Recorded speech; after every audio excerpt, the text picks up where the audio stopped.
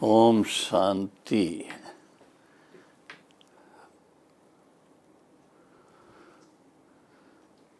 परम प्रिय परम पिता परम शिक्षक परम सतगुरु शिव परमात्मा और आपके साकार माध्यम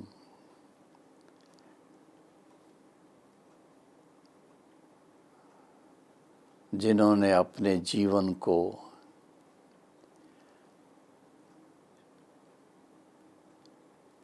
शिव बाबा की श्रीमत पर हम सब के लिए उदाहरण मूर्त बने, पिता श्री प्रजापिता ब्रह्मा बाबा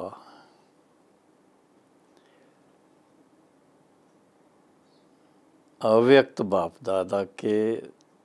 अति प्यारे अति स्नेही बाप दादा के नैनों के नूरे रत्नों, देश और विदेश में विराजमान सभी प्रजापिता ब्रह्मा कुमारी ईश्वरी विश्वविद्यालय के बहनों और भाइयों, चाहे आप नियमित टीचर्स हैं, सेवा में भाई हैं, वह अपने अपने कारोबार में रहते कमल पुष्प समान जन जन के सामने उदाहरण मूर्त कमल पुष्प समान अपनी जीवन व्यतीत करने वाले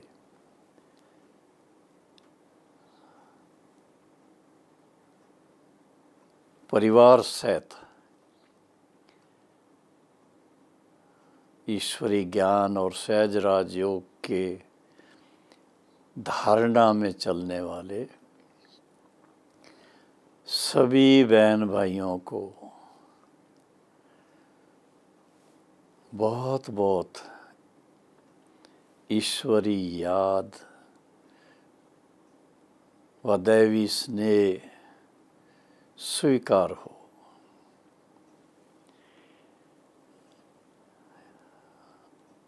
आप सभी शरद ऋतु का आनंद ले रहे होंगे, अच्छे अच्छे व्यंजन बनाकर भोग लगाकर और सबको मुख मीठा करवा रहे होंगे। खासकर अभी इन दिनों में सर्दी का प्रकोप भारत में काफ़ी है।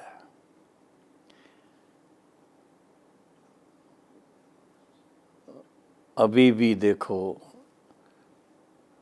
शिमला में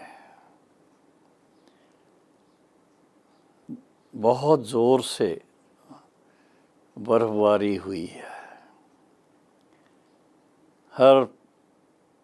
निचले ऊंचे स्थानों पर बर्फ पड़ी है। यंग जो टूरिस्ट हैं वो तो मज़े लेते हैं, लेकिन जब भी जम्मू कश्मीर से लेकर हिमाचल प्रदेश उत्तराखंड इस तरफ बर्फबारी और बारिश होती है तो उसका प्रभाव निचले इलाकों पर भी पड़ता है। इसलिए पंजाब, हरियाणा, हिमाचल सब तरफ, उत्तराखंड सब जगह पर सर्दी का अच्छा ही प्रकोप है और उसका असर हम सब पे राजस्थान पर भी आकर होता है। कभी आप सोच नहीं सकते कि हमारे प्रजापिता ब्रह्मा कुमारी ईश्वरी विश्वविद्यालय का मुख्यालय जो है पांडव भवन माउंट आबू पे, वहाँ कितनी ठंड होगी। ये ठीक है, दिन में वहाँ भी धूप निकल आती है तो इतनी महसूस नहीं होती, लेकिन रात के टाइम -4 से -3, 2 ऐसे करते करते अभी भी कभी 0 पर, कभी -2 पर, कभी -1 पर जा रहा है। लेकिन हमारे ईश्वरी विश्वविद्यालय के भाई बहनें, चाहे वो नॉर्थ से हैं, चाहे साउथ से हैं, चाहे गुजरात से हैं, चाहे आंध्र प्रदेश से हैं, चाहे पंजाब से हैं, चाहे हरियाणा से हैं, चाहे दिल्ली से हैं, चाहे यूपी से हैं, चाहे मध्य प्रदेश से हैं, चाहे बंगाल बिहार की तरफ से हैं, उनको इतनी लगन है कि हम ठंडी में जैसे साकार बाबा गोदड़ी में बैठ करके तपस्या करते थे, हम भी ऐसा ही करेंगे। और इन दिनों में 200 के ग्रुप ज्ञान सरोवर में 3 दिन का भट्ठी का प्रोग्राम रख करके आते हैं और उसके साथ साथ पांडव भवन में भी लगभग 100 के करीब किसी न किसी जोन के भाई बहने गहन तपस्या करने के लिए आते हैं। और इसी तरह से शांति वन में आप सब जानते हैं 15 दिन के बाद अव्यक्त बाप दादा के मिलन के प्रोग्राम के अलावा बीच बीच में छोटे छोटे ग्रुप्स 200-300 के करीब वो भी आकर के अपनी ज्ञान योग की विशेष तपस्या करते हैं।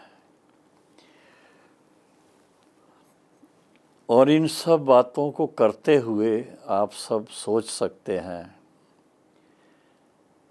कि ये कौन कर सकते हैं। वो बहनें और भाई जिन्होंने अपने ज्ञान के तीसरे नेत्र से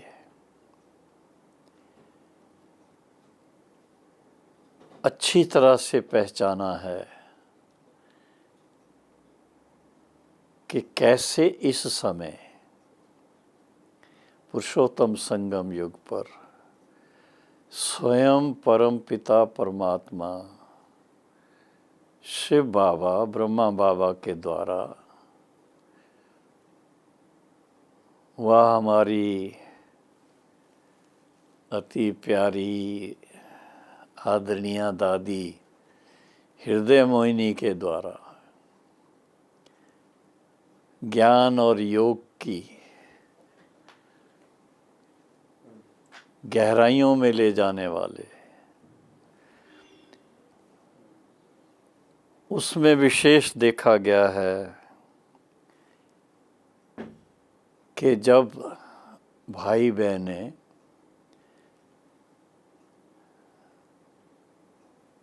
ज्ञान योग की तपस्या भट्ठी में आते हैं तो एक प्रकार से स्वयं को रिफ्रेश करते हैं। उस रिफ्रेशमेंट में ईश्वरी नियम और मर्यादाएं, ईश्वरी नियम और मर्यादाएं, इसके ऊपर विशेष ध्यान जाता है। हम सबको पता है परम पिता परमात्मा और ब्रह्मा बाबा बाप दादा की अलौकिक संतान होने के नाते हम सब आपस में रूहानी भाई बहन हैं। तो ये जब भट्ठी होती है, भट्ठी के टाइम पर खास इतनी इस गहराई में जाते हैं कि अपने आप को आत्मा निश्चय कर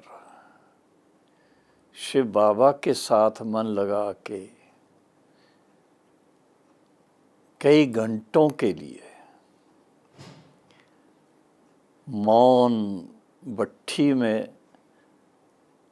मस्त रहते हैं। क्योंकि अभी तक जिन्होंने भी वो भट्ठी की है, जब माउंट आबू से वापस जाने के टाइम पर शांति वन में आते हैं और मिलने का मौका मिलता है तो उनके चेहरे से भी ऐसा लगता है, नैनों से भी ऐसा लगता है और उनके शब्दों में भी वो बात आती है कि ये कितना बाबा को हम थैंक्स दें कि ऐसा सुंदर अनुभव हमें हुआ है। सबसे बड़ी बात तो यही है, ईश्वरी जीवन का जो मुख्य नियम है, अमृत वेले का बाबा की याद का अभ्यास,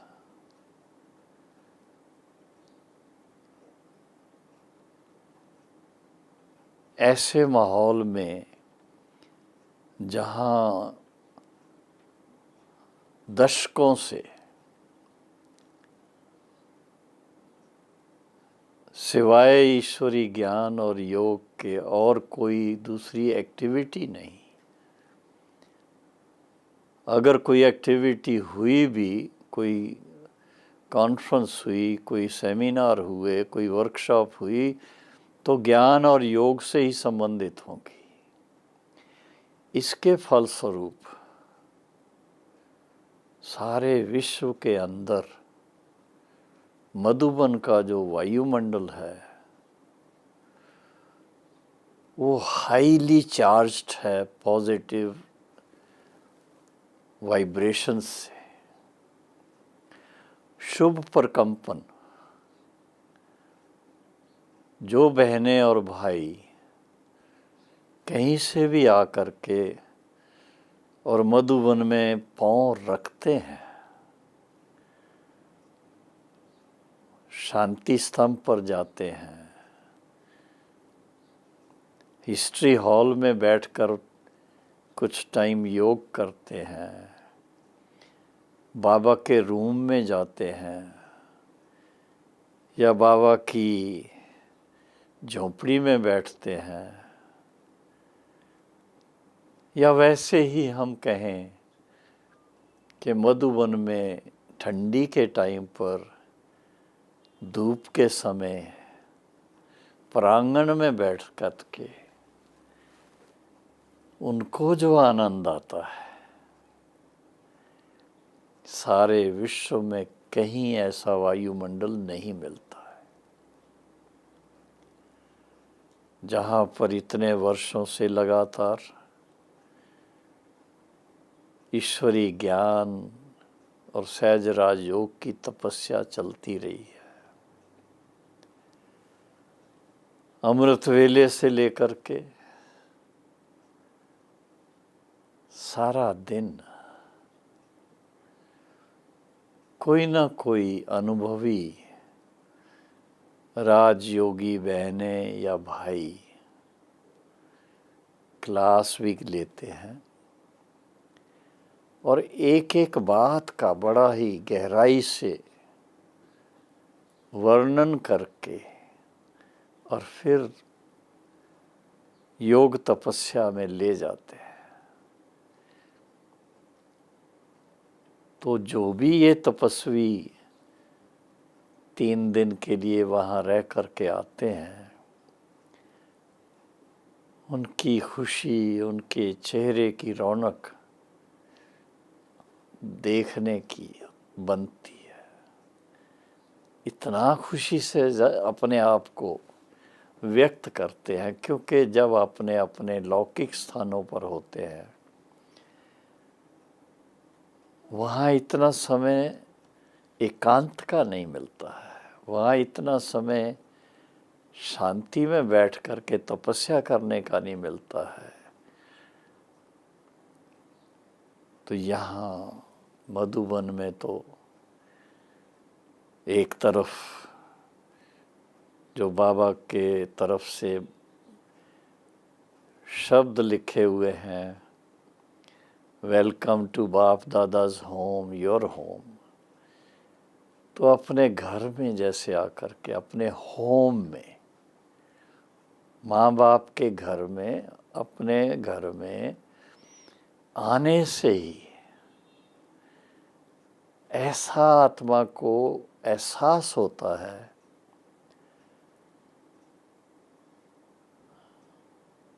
ऐसे लगता है जैसे ज़मीन से ऊपर उठ गए, फरिश्ते बन गए। और उसमें खासकर ध्यान जाता है कि जो ईश्वरी नियम है, जैसे अमृत वेले का शिव बाबा से गुड मॉर्निंग करने का और फिर तपस्या करने का, अभ्यास करने का, उसके बाद फिर मुरली, ईश्वरी ज्ञान की गहराइयों में जाने के लिए अनुभवी हमारी बहनें, जैसे ज्ञान सरोवर में डॉक्टर निर्मला हैं, मंजू बहन है, और मधुबन में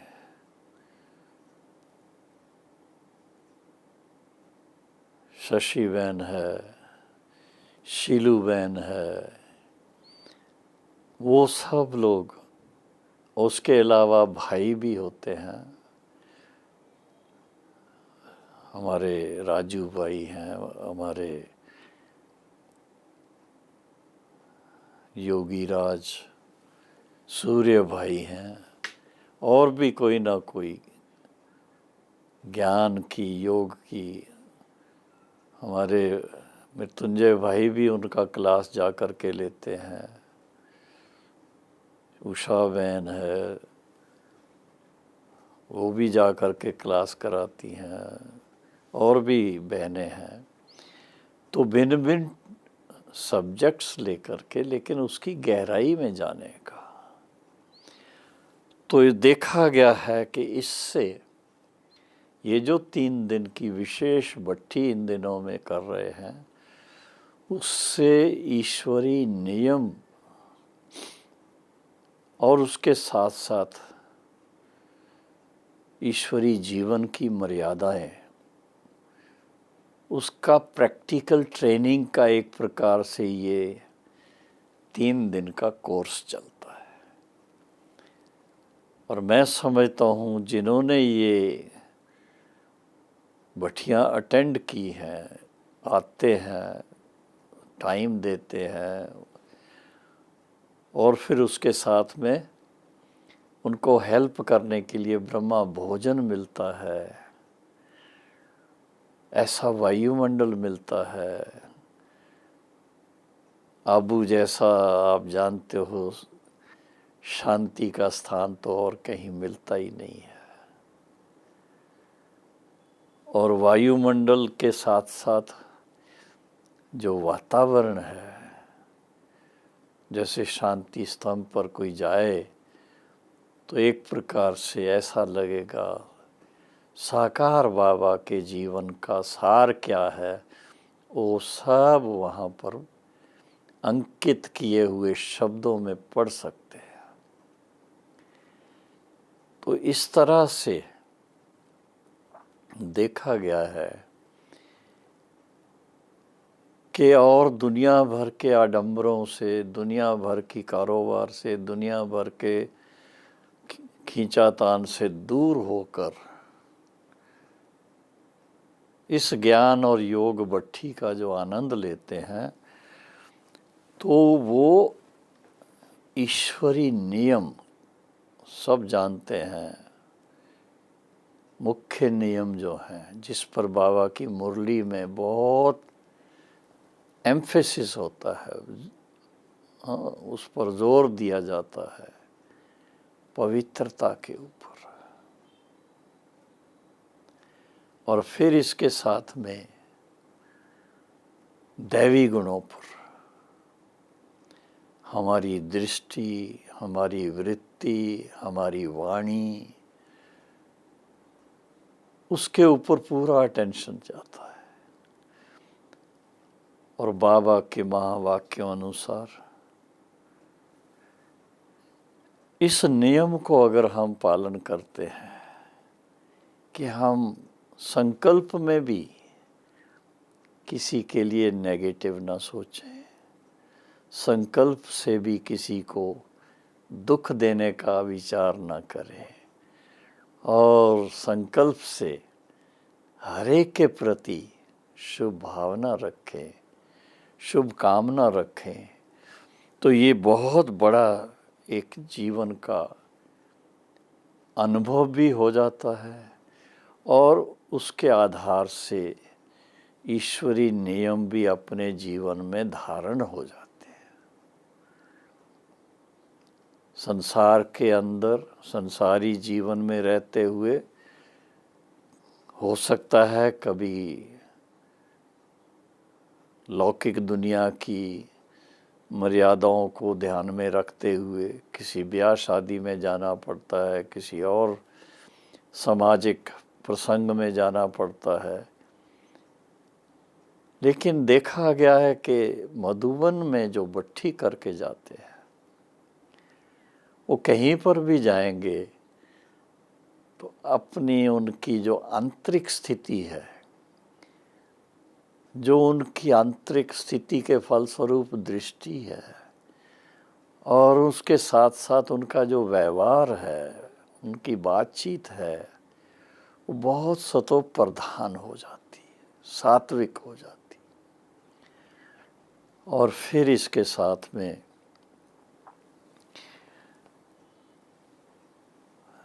मर्यादाओं का भी ध्यान खास रहता है। ईश्वरी जीवन के अनुसार पवित्रता की मर्यादा, ईश्वरी ज्ञान के अनुसार ज्ञान युक्त जीवन की मर्यादा, ईश्वरी मर्यादा के अनुसार योग युक्त रहने की मर्यादा, और इसके साथ साथ सदा उमंग उत्साह बना रहे, कैसी भी परिस्थितियां सामने आए, लेकिन इन 3-4 दिन में जो मधुबन में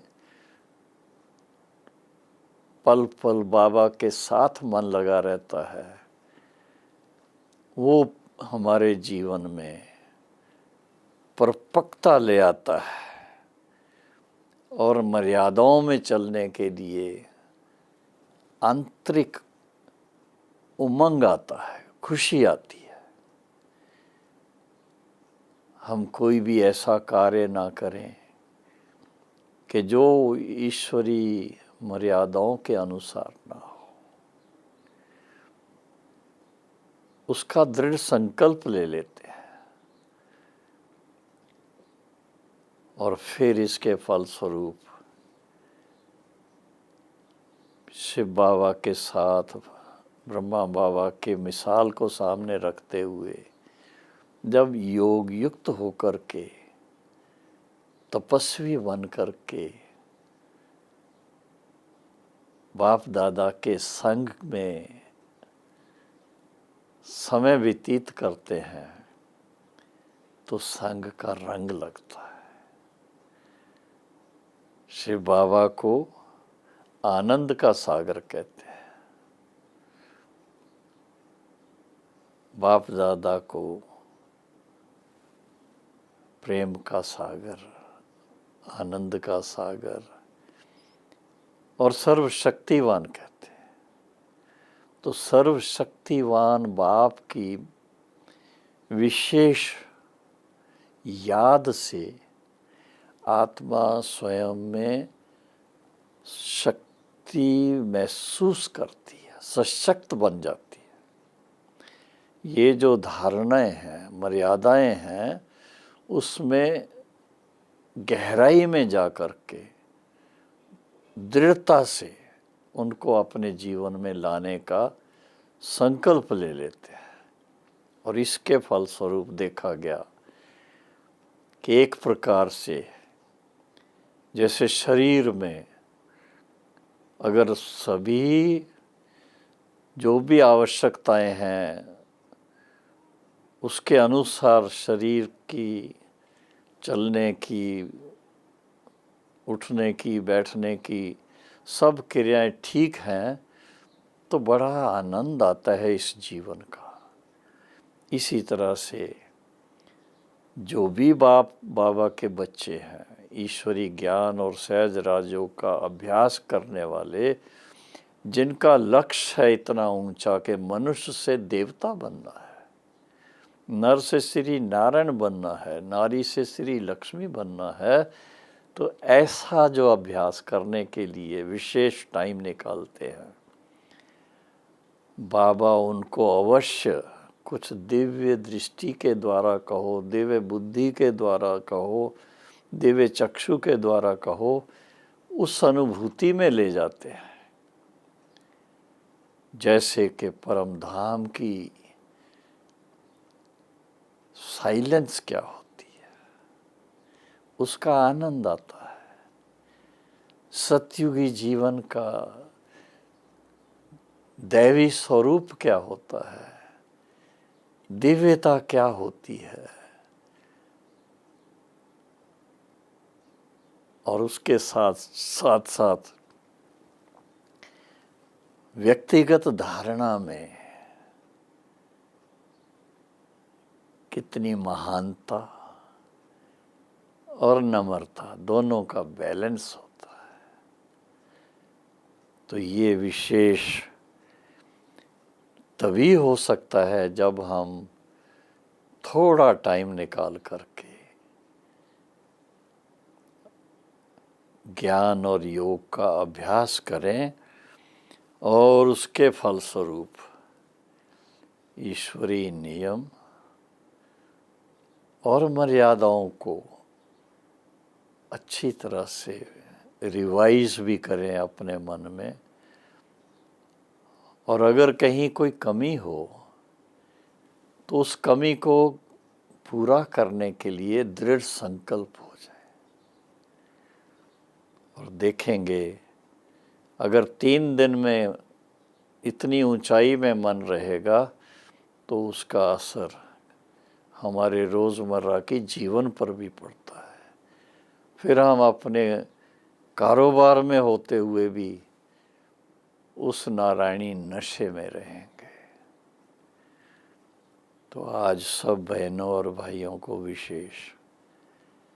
जो भी चाहे भारत में है चाहे विदेश में है, कहीं पर भी हैं, बहुत फख्र से आपको अपने मन में सोचना चाहिए कि ऐसा ऐसी हमारी ईश्वरी नियम और मर्यादा में चलने वाला देवता तो क्या फरिश्ता बन गए। ऐसे फरिश्ता जीवन का आनंद हमें बाबा ने दिया है, तो हमें अपने इस सौभाग्य पर कहो, पद्मा पदम भाग्य पर कहो, बहुत नाज होना चाहिए। दुनिया के अंदर कोई नियम या मर्यादा का नाम सुनते हैं तो सोचते हैं पता नहीं हम कर पाएंगे या नहीं। लेकिन ये आप मान के चलें कि अगर हम नहीं कर पाते तो बाबा हमें इन चीज़ों का ध्यान भी नहीं खिंचवाते, इसकी धारणा करने के लिए इशारा भी ना देते। तो क्योंकि ये हमारा व्यक्तिगत जीवन मर्यादा संपन्न और नियम पूर्वक चलता है, तो उसके लिए सदा ही उमंग उत्साह में रह करके ईश्वरी मर्यादाओं का ध्यान रखें, ईश्वरी नियमों को अपने जीवन में पूर्णतया ले आएं, तो देखें क्या आपका जीवन निर्मल, निश्चल और सदा सुखमय बन जाता है। ओम शांति।